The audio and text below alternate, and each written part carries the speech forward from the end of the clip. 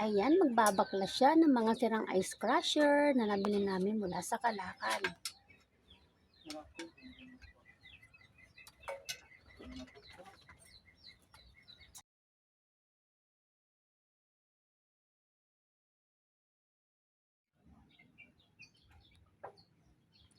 Ayan guys, so magsisimula na baklasin itong mga ice crusher na ito na nabili namin sa Kalakal. Alam niyo ba, iisang lugar lang naman ang aming pinagkukunan nito. So meron kasi kaming suki na halo-haluan ang kanilang paninda, halo-halo store, halo-halo shop. Doon namin nabibili itong mga sirang mga ice crusher. Actually, alam niyo ba, nakakapanghinayang kasi ang gaganda pa ng mga ice crusher na ito. Sobrang gaganda pa nila, mga bago pa sila.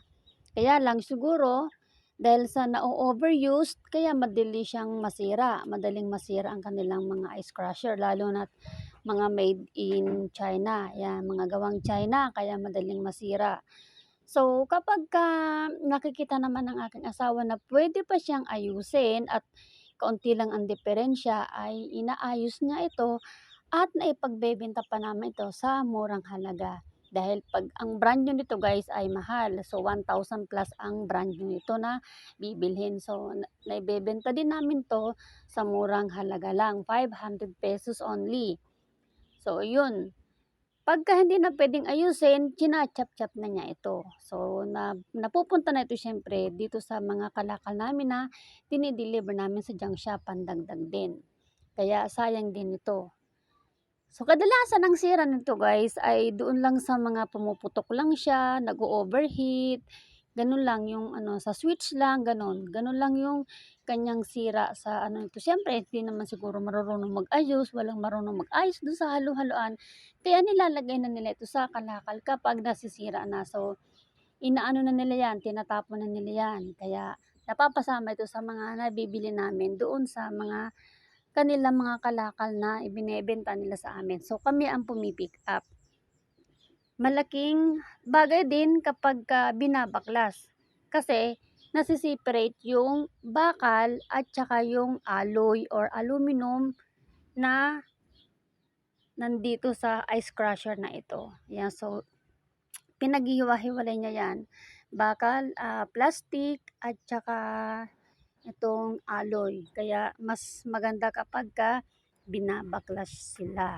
Yan. So, matyaga din tong asawa ko na magbaklas ng mga baklasin. Kaya kahit paano, maganda rin kasi guys ang kita dito sa mga binabaklas na mga bagay-bagay na mga sira na nabibili namin sa Kalakal.